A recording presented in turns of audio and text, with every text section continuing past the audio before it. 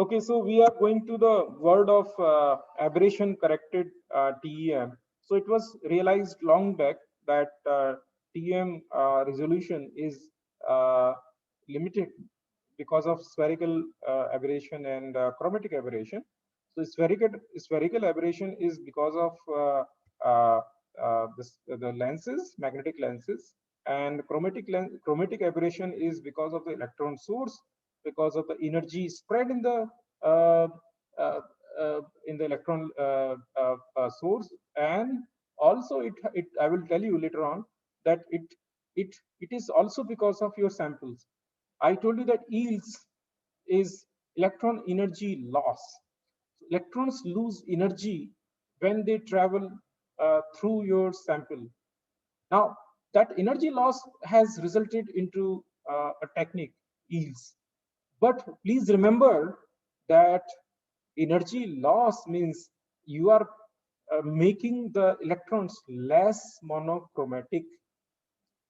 Okay, so if you are just looking at high resolution imaging, any energy loss in the beam which is entering will be counterproductive, because it will deteriorate the image quality, because it will increase the chromatic aberration. Okay, so energy loss process results into the uh, chromatic aberration, because the electrons are no longer uh, monochromatic actually. So we'll discuss it many times more. So there was a project in early, uh, uh, previous decade, around 2004. That project started between two companies and two US universities to build world's most highest resolution microscope. And so I think you will appreciate this slide. There are a lot of text. There is a lot of text in this slide, but it is useful. That's why I kept it. So electrons. So I will teach you later on. Electron source in that very good TEM, world's best TEM, is a Schottky type field emission gun. So field emission gun is basically gives you more monochromatic sources. So electrons. So I was mentioning that energy spread is less than 1 electron volt. Okay at 300 kilo electron volt. तुम देख लो percentage में कैसे निकालोगे तो कितना कम हो जाता है, राइट? बहुत कम होगा, ठीक है ना। वन इसको 1 इलेक्ट्रॉन वोल्ट मान लो। सो 1 electron volt out of 300,000 electron volt, 300,000 electron volt. Okay, in order to reduce the chromatic aberration, this spread is further lowered to 0.13 electron volt using uh, a monochromator, and this is a rich man's job.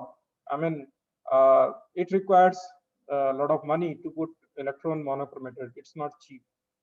Okay, but you get better images, better resolution images. But I'll tell you a problem here. Having this kind of high-end source does not mean that you will get good quality images. You will get good quality images only for the samples which you understand, and they're very thin, extremely thin samples. Thinner the better. That's the logic. If the samples are thick, then you will lose the advantage which you are getting by spending money uh, uh, to improve chromatic aberration by putting electron monochromator. So it becomes useless if the sample is of uh, uh, not right type. So right type sample is highly important to take advantage of this. It's not like you can put these kind of beautiful electrons into any sample and it does not happen that way, because of electron energy loss process. Thicker the sample, more energy loss will be there, and this monochromicity will be lost. So this will be compromised. This will start increasing. Okay, so this is another thing to remember, that so you have to improve spherical aberration by fifth decimal to improve the resolution by 1 decimal. For example, you say that I want to improve from 0.5 angstrom to 0.05 angstrom, the resolution. So for that, you need to improve this, you need to reduce the spherical resolution by 5th order, and it is not easy, it is very challenging. So it becomes more complicated when you are already at a very high resolution domain. Okay, so that's a problem. And there is a technique called electron holography, which I will not teach, but that technique try to overcome these kind of challenges, but that is reserved for hardcore physics students, so I'll not develop on that. So so there were 2 microscopes which were built out of that effort. But now latest record, I think you can check the literature, but some student only in the class informed me that now latest record is like 0.35 angstrom. If it is improved, that I'm not surprised, but please remember that radius of hydrogen atom is this. So okay, 0.5 angstrom. So whether there is any need to improve it further, I'm not sure, but there is a need to improve the sample and analysis part, that is definitely there. Rather than I mean, our understanding, rather than, you know, it's a man and machine both, um, which are required for a perfect um, uh, you know, synthesis of science. um, just having a best machine does not serve the purpose. Some examples, I will not give some examples, but I will give only one example, which is graphene. This image was taken at 80 kilo electron volt, and look at this image, which you will appreciate. You can spend a lot of time here. First thing is that white spots are carbon atoms here, not the black ones. You can ask me this question, that why not black one, but that answer will be given in the last uh, class of this module, TM module, because that is that depends upon phase transfer actually. Okay, so I will be teaching you phase contrast transfer, uh, and then pass bands and other things. There you will learn uh, how to make atom uh, look like white or black. You can make atoms black also. It's not always true that atoms in electron microscopy are white always. They can be black also. But so the answer will be answer is more complex, and it requires some prior training. We'll touch upon it uh, later on. So this is the intensity bar. You can see that this is intensity and distance. How do you do that?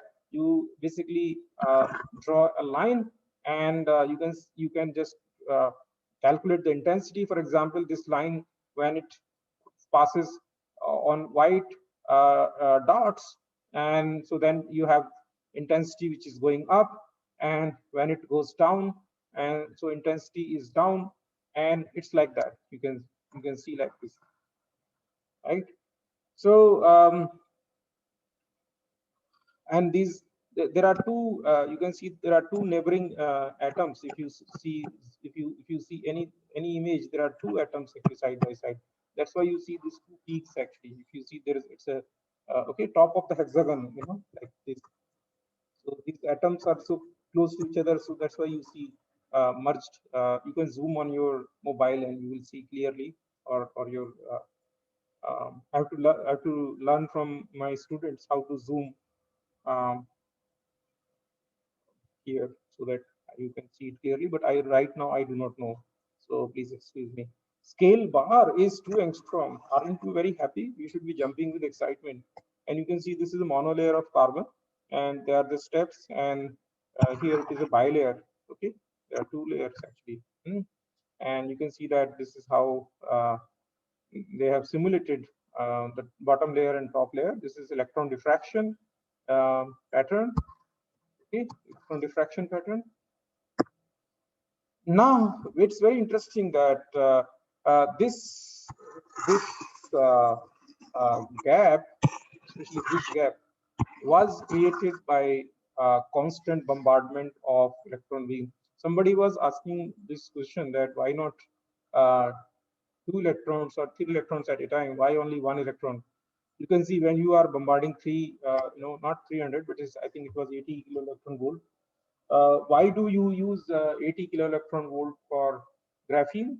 Because if you use higher voltage, you will get poor contrast because interaction becomes weaker. Faster the bullets, smaller the holes.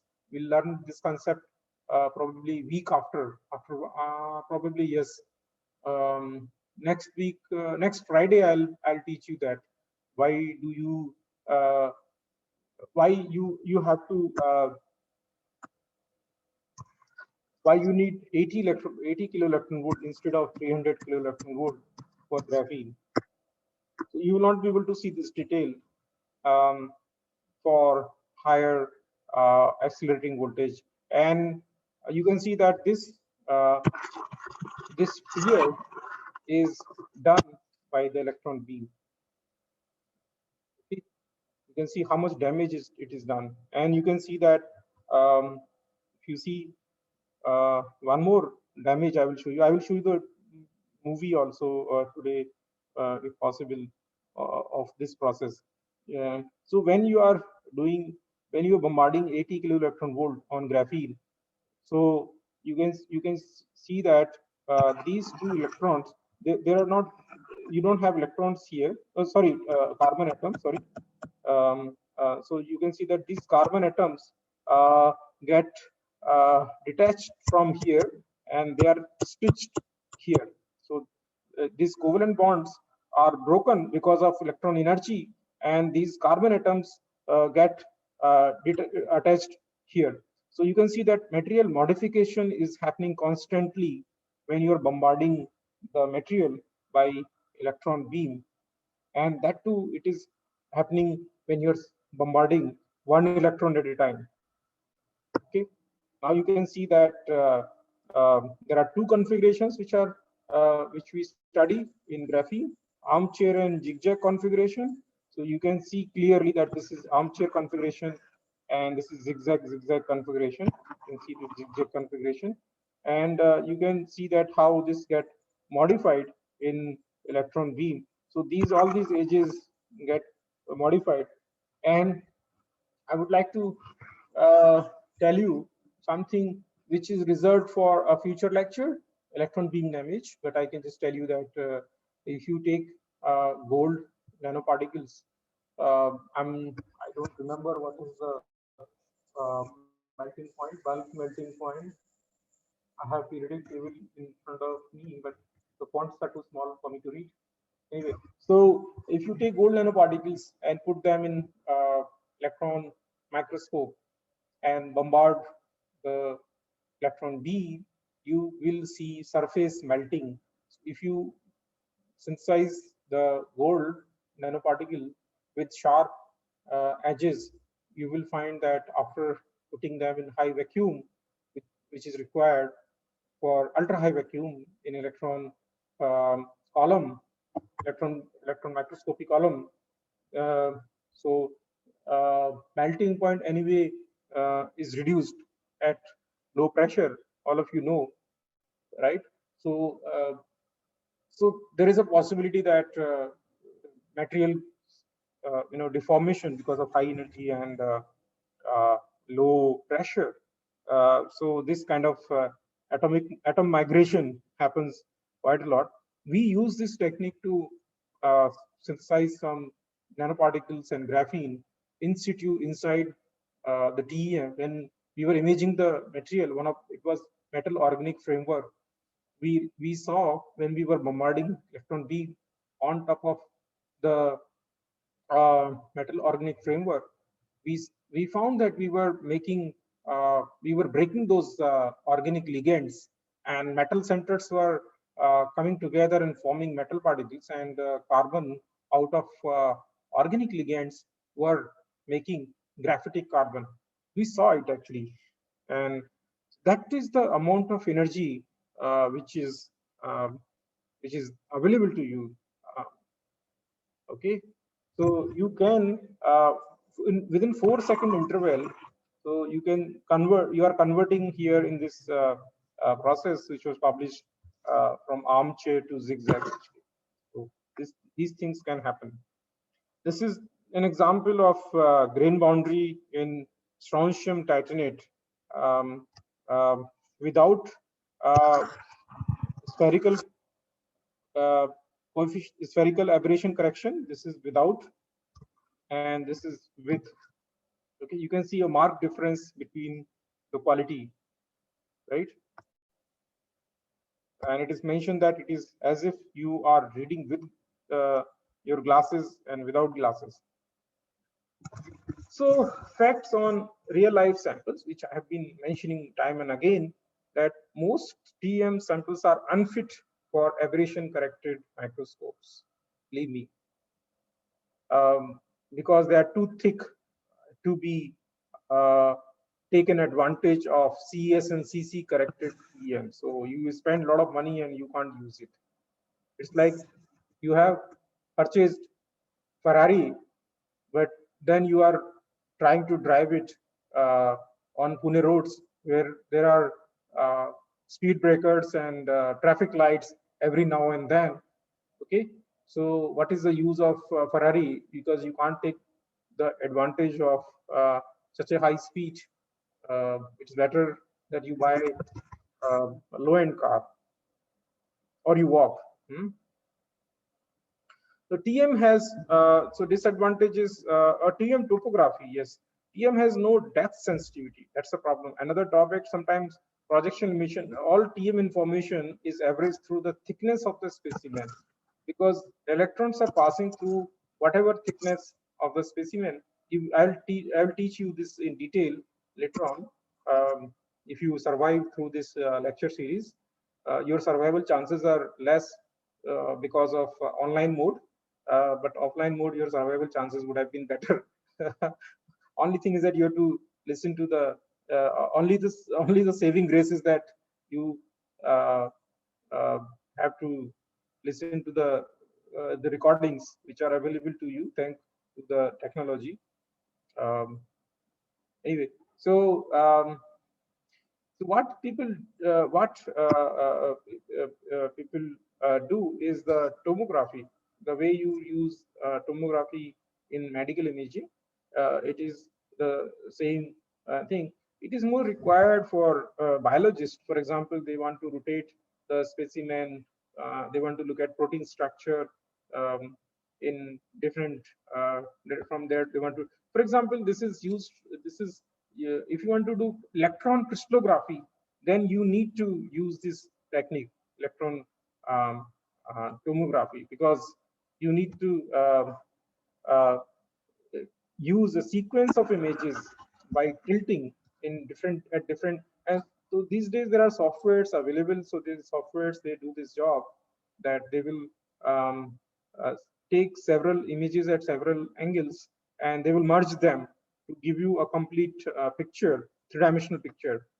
So this is how it happens. For example, you have this electron microscopy grid, and you take a pipette and you put some bacterial samples, or in this case, your COVID viruses, and then you freeze them actually. Okay, liquid ethane bath, and you can freeze them, and then you do the cryo uh, microscopy, and so you put your sample here, and then it is like you look at this image carefully. So you basically, it's like you are looking at a cross section every time. So you are basically tilting from plus 70 to minus 70. I think you saw it in the video uh, during the last class, where this feature was explained, that these TMs can do tomography.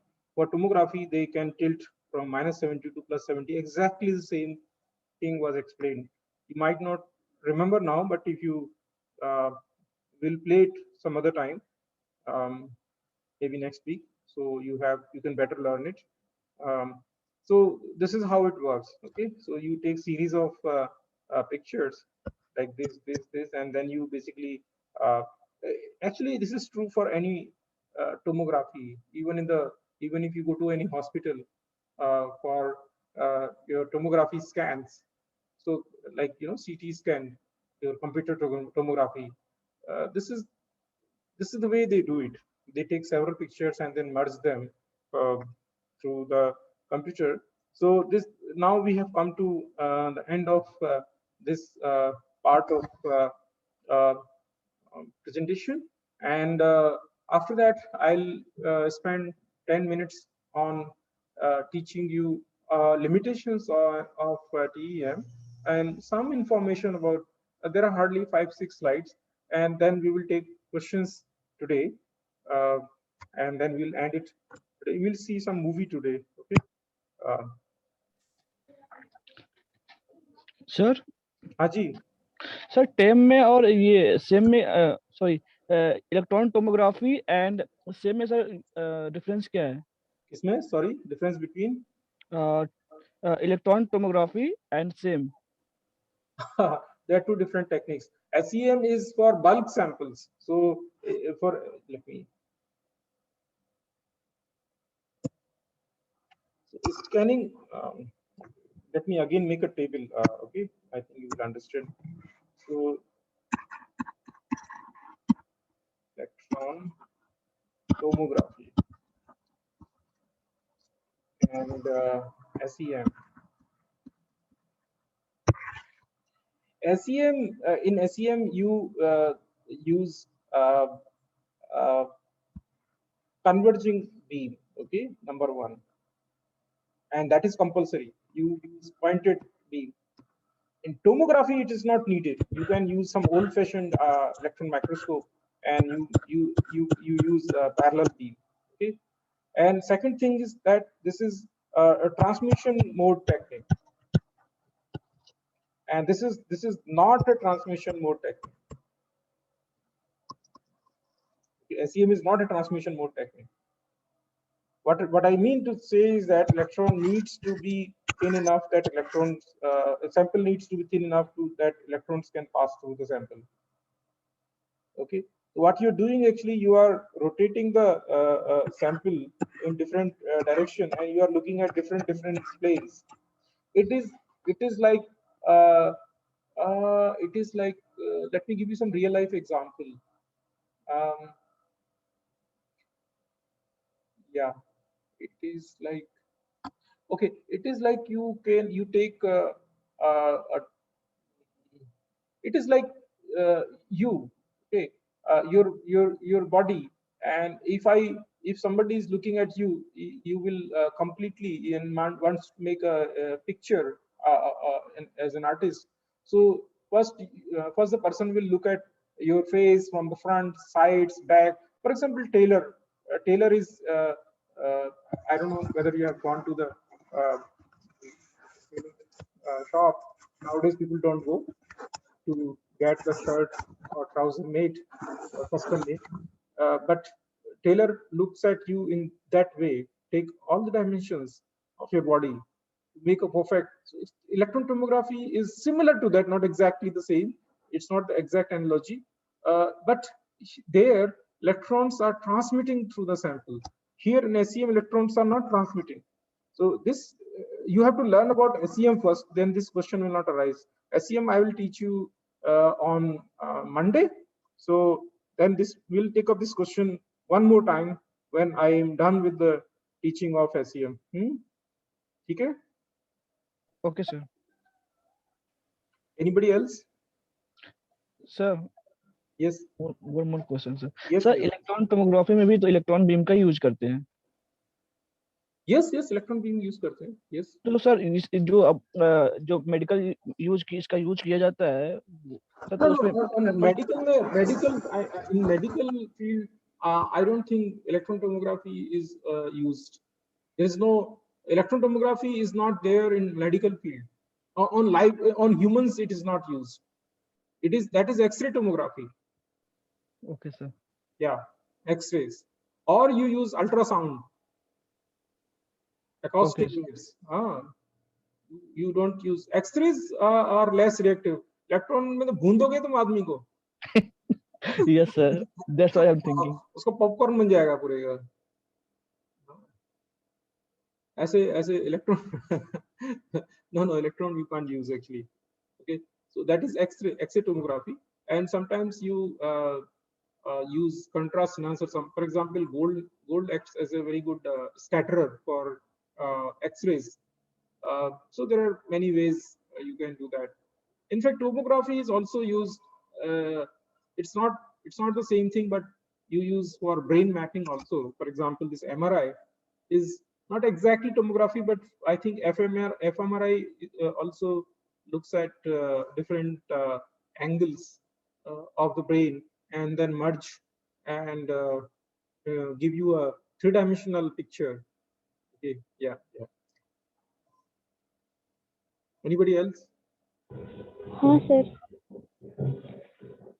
Hello Yes, madam. Sir, मेरा एक doubt है sir कि Yes. हम SIM या टेम में जब भी कोई सैंपल मतलब चेक करने के लिए लेते हैं ना, तो वो सैंपल होल्डर में एक सॉलिडिफाइड फॉर्म में या सॉलिड ऐसे लेते हैं सर. Yes. तो आप लोगों ने वायरस को मतलब कौन से फॉर्म में लिया था? Virus is I'm not sure what I mean, different labs might be using different protocols, but viral particles are in fact as simple as your they are like protein encapsulated RNAs, right? They are sometimes DNAs also, but in this case there are RNAs. So they are like any colloidal particles. They are particles actually. Viruses are particles, right? So, I mean, see, there is no fluid loss. For example, bacteria, if you want to look at bacteria or yeast, so there is a turgor pressure. So the structure of bacterium changes when you dry it, or when you dry it. So you have to fix the bacteria. Many times for virus imaging, what they do, if they want to look at the protein more closely, it depends upon what you're looking at inside the about the virus. So many times you need to do the cryo TEM or viruses. Viruses are like like powdery stuff. Yeah. So anybody else?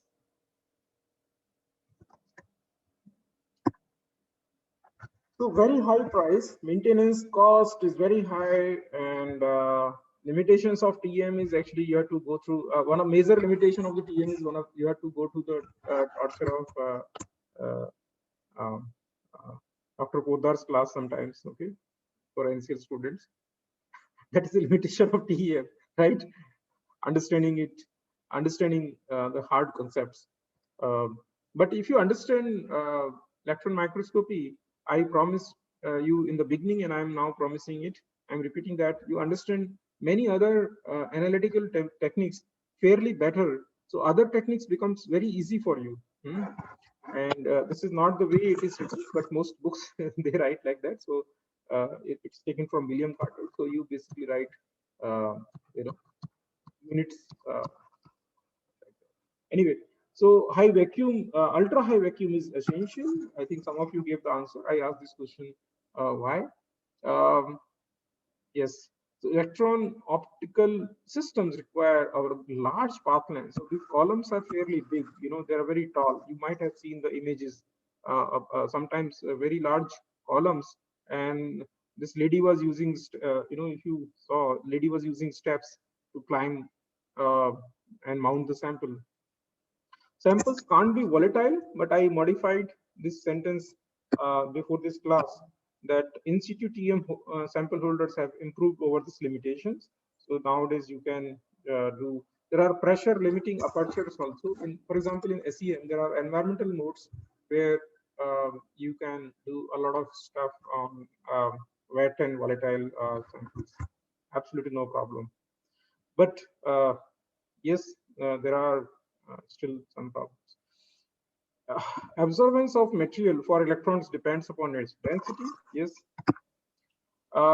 Practical thickness limit is 500 nanometer for 200 kilo electron volt, but don't jump with joy, because this high limit is for low Z elements, for example, polymers, polymer samples. You can use this thick samples, okay, low Z elements. Electrons are charged and interact strongly with matter, and we have discussed this. Sample are often damaged very easily.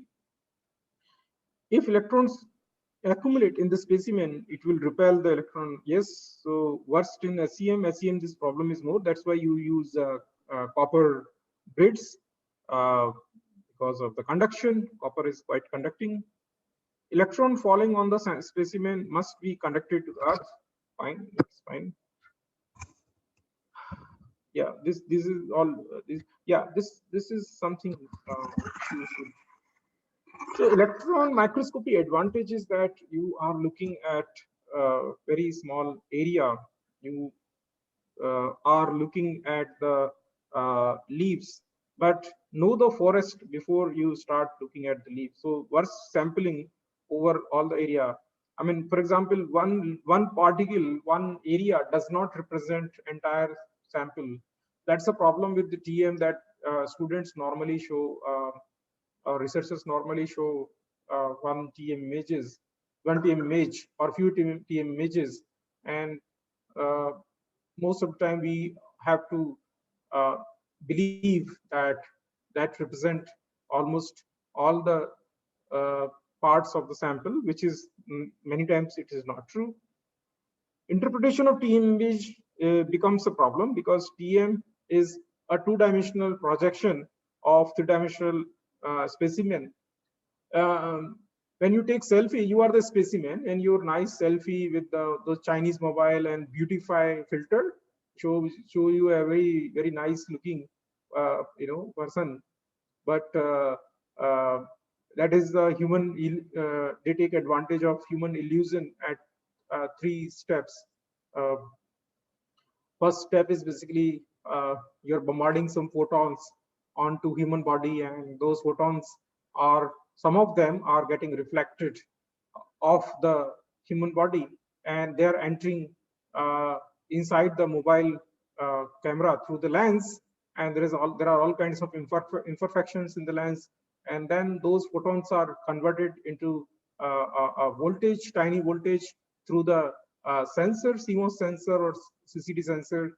So what you can do this experiment if you take a photograph of a person sitting, portrait sitting, or at the, when you put the mobile okay, at the eye level, or when you kneel down and then you take the photograph, or your height is higher than, you're taller than that person, the specimen, the human specimen. These three pictures will be entirely different. So human will look highly distorted into these images. This is the reason. The reason is because of two-dimensional projection of the dimensional objects. Okay, so there are, okay, I can go in detail on this topic, but it will take a lot of time. Depth profiling is not possible. Many times people try to misinterpret thickness. They try to suppose some particle look darker in TM bright field image than another particle. People immediately try to conclude that this darker looking particle might be thick, but it is not true. The contrast I have been repeating is contributed because of 3 aspects: crystallinity contrast, thickness contrast, and Z contrast. So you have to take all these 3 things into the consideration. It is not just the thickness of the material alone. So it can be because of the crystallinity contrast as well. Apart from that, depth profiling, you cannot look at the sample information from particular depth. You get the overall information throughout the depth when you do imaging in the transmission mode. So please be mindful about this. So you can use other techniques like AFM, Auger spectroscopy, Rutherford Beck scattering is quite a beautiful technique. Field ion microscopy, and you have spectroscopic ellipsometry, and we'll be doing a workshop on that by the end of the month, where you have excellent depth sensitivity. I mean, better than any of these techniques actually. So damage to the sample is we have already studied, and electron lithography, the damage is put to the good use, and poor sampling we have already so it is repetition. So you can see that the student Pinku Sekia is there, right? Pinku, Yes, sir. have you seen this rhino in Kaziranga? Two-headed rhino? Yes, sir. In Kaziranga. Have you seen Yes, two-headed sir. rhino? One You horn. might have seen only one head. Have you seen One horn, two-headed sir. rhino with two heads? Huh? You have not seen this? You have not seen this kind of rhino? No, sir. It's not there. It is there in Kaziranga. No? One horn rhino is here. Yes, you are right. So this is the problem with TEM. So so two rhinos, they are pictured when they are aligned in that way. So there are two rhinos. Okay? It looks like two-headed rhino. I was joking with Pinku Sekia because he's from Assam. So you're right, Pinku. They are. You will never see this unless you transplant something like that. So that is the problem with this technique, that what we see is not always what we have. So seeing is not believing actually. People say that seeing is believing. Never believe this quote that seeing is believing. Our senses, our instruments are far from perfect. So Panikis, I don't know who was the stupid person who says that seeing is believing. Please do not trust seeing. You know, never a good scientist will never trust even what he or she sees. You would like to, because human senses are also instruments, and they have their own flaws like any other instrument. No, there is no instrument which is beyond flaws. Okay, there is no instrument which is perfect. You saw the quantum picture. Okay, so seeing is not believing. Okay, I don't know, some stupid person made this quote.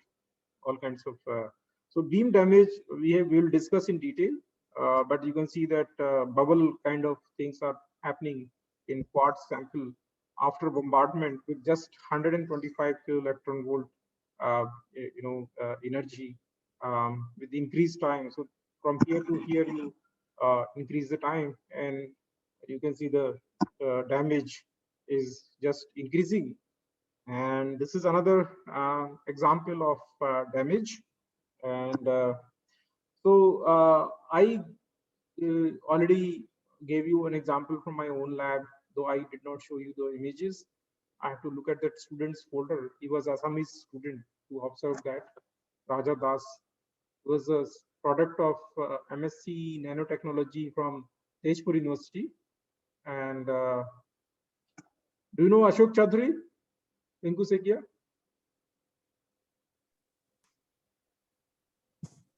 Sir? Ashok Chaudhary No, sir. in Tezpur. Tezpur No, chemistry, you know somebody? There are many good people. There is one professor, Sekia, somebody I forgot. Deka or Ramesh Chandra Dekka, sir. Ramesh Chandra Deka. Yeah. He plays violin. He's good violin player. Yes, sir. He is alumni of Of NCL. NCL, Yes, and sir. we are very good friends, and we met just exactly 1 year back. I was in Assam actually, and he was there in the conference. I was in Dibrugarh, I think. Yes. So just 1 year, and that was my last trip before this COVID lockdown. So every time I go to Assam, and I feel like not coming back from Assam. So it's a most beautiful state, Assamese. And I saw that Bogeybill Bridge, Yes, sir. yeah, Bogeybill. Bogeybill, yeah, Assami food, and it's a so peaceful state. You feel like peace. You are in a different world. So peaceful, and you see peaceful evenings and a lot of birds. And I can't describe it in words. Actually, you have to go to Assam to experience that nice thing. So, any question?